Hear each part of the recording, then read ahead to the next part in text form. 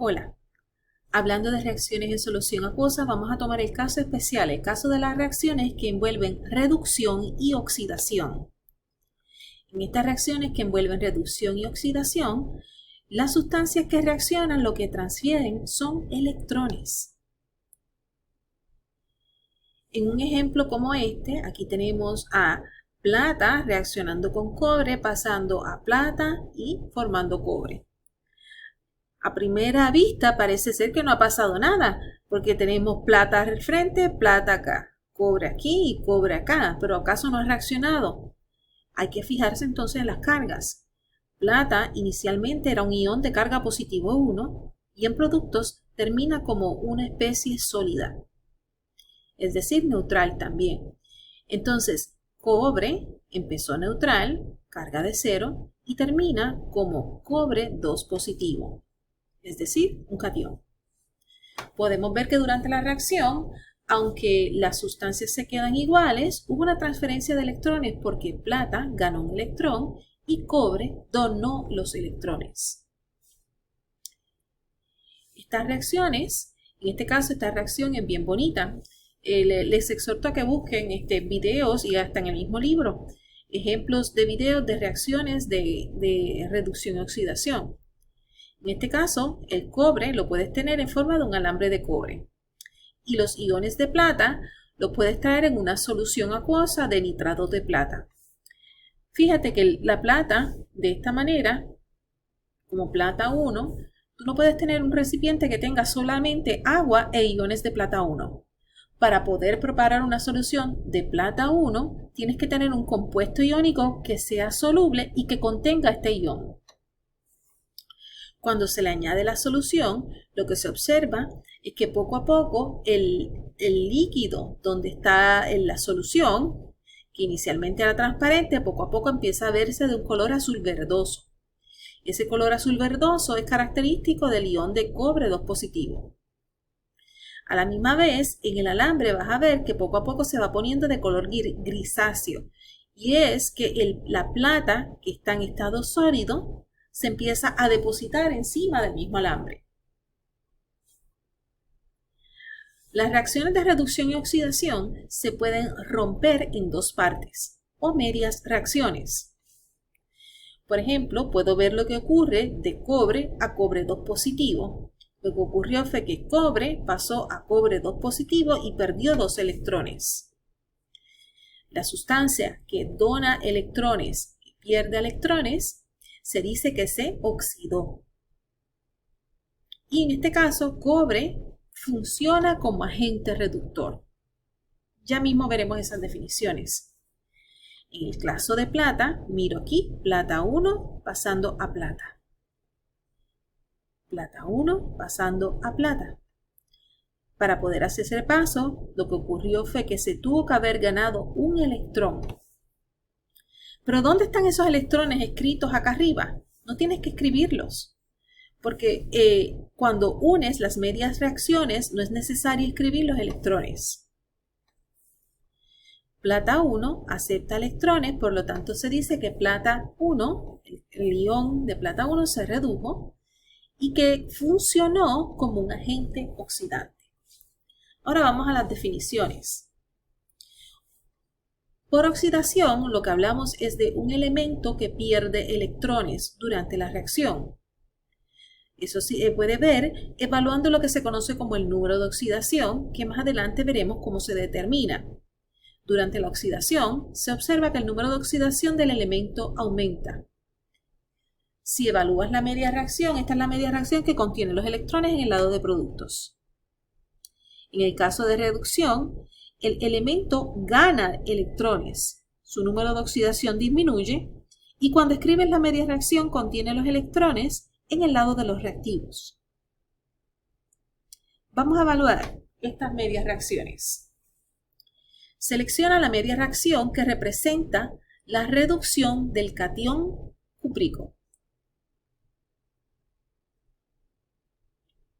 Bien. Lo primero que debes conocer es quién es cúprico. Cúprico es cobre 2 positivo. Así que con eso podemos empezar a eliminar todas aquellas alternativas que no contienen cobre 2 positivo.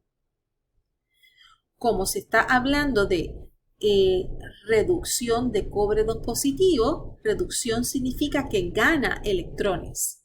Así que la alternativa, la media reacción correcta, sería esta. Una herramienta importante para poder determinar quién se oxida y quién se reduce en una reacción de reducción y oxidación es evaluando lo que se conoce como números de oxidación. Los números de oxidación no son cargas reales, es realmente un modelo. En los números de oxidación, el modelo pretende lo siguiente. Si el compuesto fuera un compuesto iónico, ¿qué carga tendrían cada uno de los átomos en esa fórmula? Para esto existen varias guías. Por ejemplo, si el número para elementos puros, el número de oxidación va a ser igual a 0. Si te dicen, por ejemplo, la sustancia H2, yo diría hidrógeno en ese compuesto en esa sustancia tiene un número de oxidación igual a 0. Si te digo, por ejemplo, el compuesto S8, en ese caso, ese compuesto es un compuesto puro, no tiene más elementos, así que diría azufre tiene el número de oxidación de 0. Bien. La próxima. El número de oxidación de un ion monoatómico es igual a la carga del ion. Cuando vemos reacciones y vemos cosas como esta, o vemos cosas como esta, esa carga que tiene ese ion monoatómico va a ser el número de oxidación. Así que en este caso el número de oxidación de sodio sería positivo 1 y el número de oxidación de cromo sería positivo 2. Cuando tienes un compuesto iónico, el número de la carga del ion es también el número de oxidación. Ahora bien, existen casos donde en compuestos, sobre todo en compuestos moleculares o que tengan iones poliatómicos también, en algunos compuestos, algunos elementos siguen ciertas tendencias. Por ejemplo, los números de oxidación con compuestos con flúor, el flúor casi siempre tiene una carga de negativo 1. Cuidado, porque si te hablo de flúor 2, en ese caso, flúor tiene un número de oxidación igual a 0 porque le aplica la primera regla. Ahora, si te hablo del compuesto HF, en este caso, flúor tendría un número de oxidación de negativo 1. Para cloro, bromo y yodo, los números de oxidación suelen ser negativo 1, excepto si están enlazados con oxígeno o flúor. El número de oxidación de hidrógeno suele ser positivo 1, excepto si está enlazado con un metal. El número de oxidación es negativo 2, excepto en los peróxidos. Respecto a hidrógeno y oxígeno, casi siempre son excepciones lo que estaba hablando allá. Generalmente hidrógeno lo vamos a anotar como positivo 1 y oxígeno como negativo 2, a menos que estén en el elemento puro. Y la última regla, sumamente importante. Hay que calcular el número de oxidación para elementos diferentes a los anteriormente mencionados. Si te hubiesen dicho, por ejemplo, el compuesto SO2, oxígeno, ahí tiene una carga de negativo 2. ¿Por qué? Por esta regla. Pero y azufre no lo tenemos allí y eso no es un compuesto iónico. Pues mira, en ese caso, azufre habría que determinarle el número de oxidación. Esto se hace considerando que la suma de los números de oxidación en compuestos neutrales es igual a 0. Y en iones poliatómicos, la suma de los números de oxidación va a ser igual a la carga del ion. Vamos a mostrar cómo se utilizan estas reglas. Determina el número de oxidación de cloro en cada una de las siguientes especies. Voy a dividir aquí la pizarra. En el primer caso, cloro 2. Para cloro 2, aquí aplica la primera regla. que es cloro 2, es un compuesto puro, así que el número de oxidación de cloro va a ser igual a 0. En el segundo compuesto, HCl. En este caso nos vamos con la regla que decía que en casi siempre cloruro tiene el número de oxidación en compuesto igual a -1. En el próximo ejemplo, HClO3. Recuerda que el propósito era buscar a este. En ese caso, el número de oxidación de cloro, tendríamos que determinarlo. Voy a identificar primero los números de oxidación de los otros elementos, que sí lo sé. Para hidrógeno, el número de oxidación es positivo 1. Para oxígeno, el número de oxidación es positivo 2.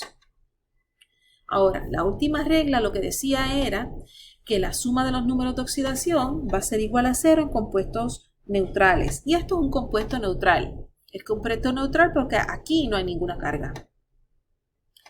Pues yo voy a hacer ahora una ecuación con esta información. Y digo, el número de oxidación de hidrógeno más el número de oxidación de cloro, que es el que yo no conozco, así que pongo X más 3 veces el número de oxidación de oxígeno, 3 veces el número de oxidación de oxígeno. Ay, disculpen, aquí era un -2. Ahora sí. 3 veces el número de oxidación de oxígeno, entonces esto es igual a 0. Puedes entonces despejar aquí y queda X es igual a positivo 5.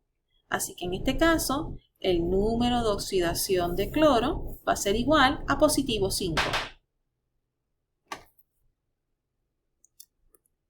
En el último de los ejemplos, tenemos el ion perclorato, que es ClO4 negativo.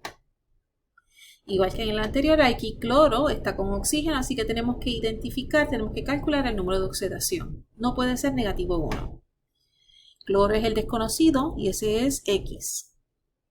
Entonces yo digo X más 4 veces el número de oxidación de oxígeno, que es negativo 2, va a ser igual a la carga de la especie. En este caso, siendo un ion poliatómico aquí, ese sería negativo 1, y escribo aquí negativo 1. Cuando despejo, queda X es igual a positivo 7.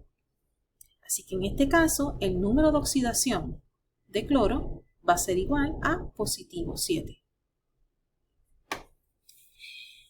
En un próximo video, entonces les estaré enseñando cómo se utilizan estos de los números de oxidación para evaluar las reacciones que son de reducción y oxidación.